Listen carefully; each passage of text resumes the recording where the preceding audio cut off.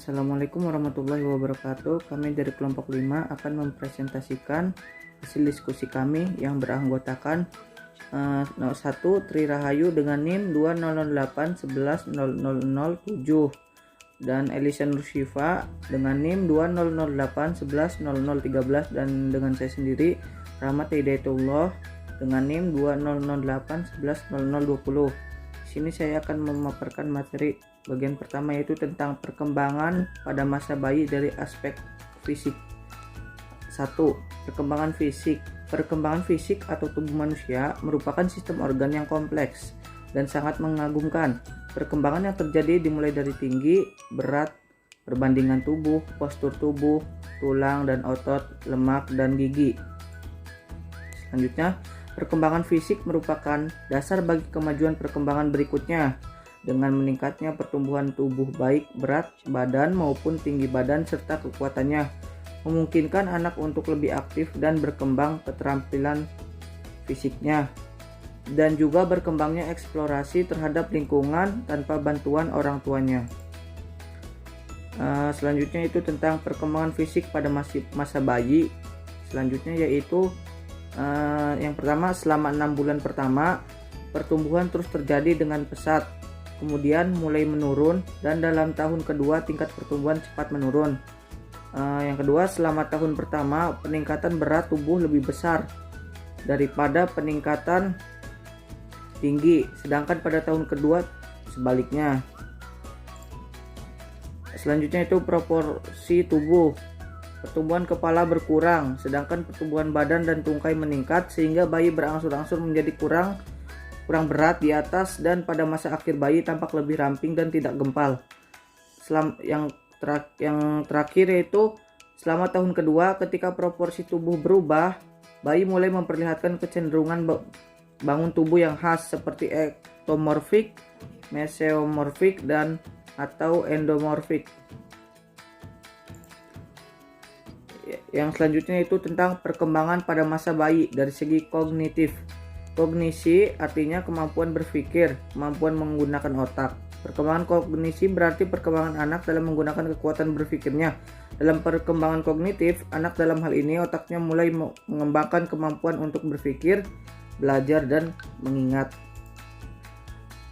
Adapun tahap-tahapnya yaitu tahap pra-operasional Piaget, yaitu imajinasi anak prasekolah bekerja sepanjang waktu, dan jangkauan mental mereka tentang dunia mereka terus berkembang sepanjang waktu.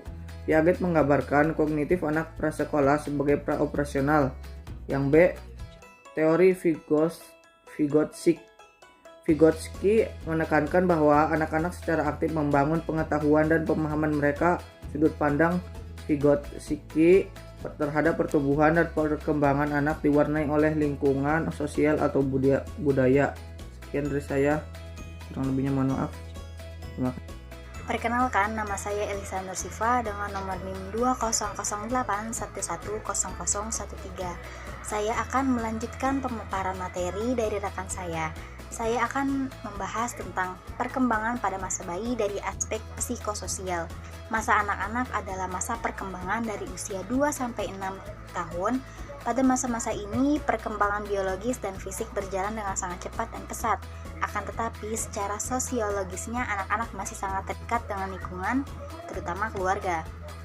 Lanjut, oleh karena itu, pada masa anak-anak awal ini, keluarga sangat berperan penting dalam mempersiapkan anak untuk terjun ke lingkungan yang lebih luas, terutama lingkungan sekolah. Adapun perkembangan psikososial yang terjadi pada masa ini meliputi beberapa hal, yaitu A. Perkembangan bahasa, B. Perkembangan moral, C. Perkembangan emosi, D. Perkembangan sosial, E. Perkembangan kepribadian, dan F. Perkembangan bermain. Yang B. Perkembangan bahasa. Ada 3 bentuk prabahasa yang normal muncul dalam pola perkembangan bahasa, yakni menangis, mengoceh, dan isyarat. Lanjut, menangis adalah lebih penting karena merupakan dasar bagi perkembangan bahasa yang sebenarnya. Isyarat dipakai bayi sebagai pengganti bahasa, sedangkan pada anak yang lebih tua atau orang dewasa, isyarat dipakai sebagai pelengkap bahasa. B. Perkembangan moral.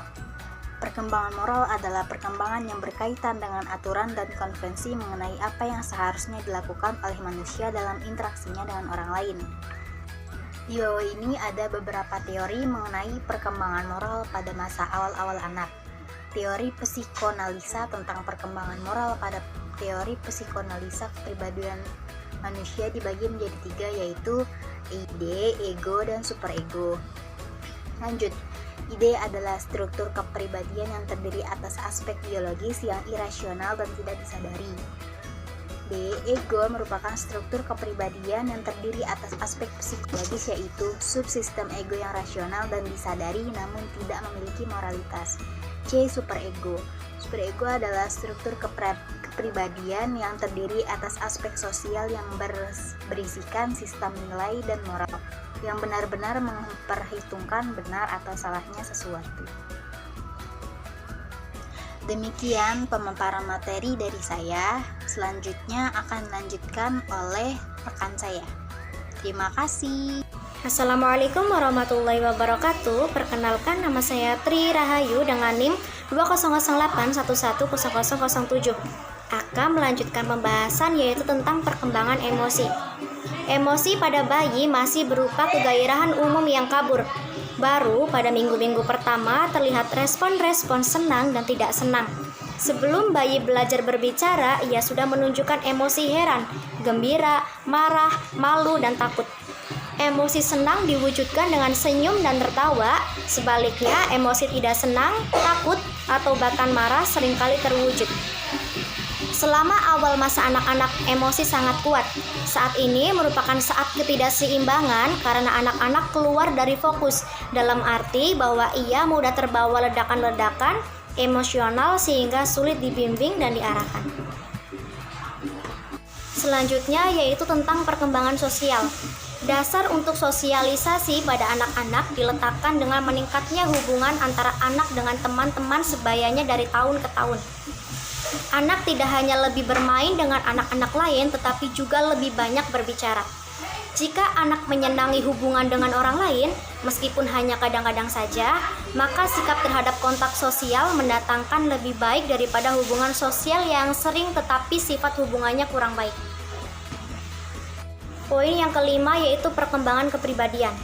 Pada tahap ini, bayi akan belajar pelajaran kepribadian yang paling mendasar, yaitu kepercayaan dan kasih sayang. Saat itu, bayi akan mulai mengenal rasa kasih sayang, rasa nyaman dan aman, serta rasa percaya diri dari orang-orang sekitarnya, terutama orang tua. Pada masa ini masih berkembang sikap egoisentris. Sikap egoisentris ini mempengaruhi sikap sosialnya seperti yang pertama, semua orang harus melayani dirinya.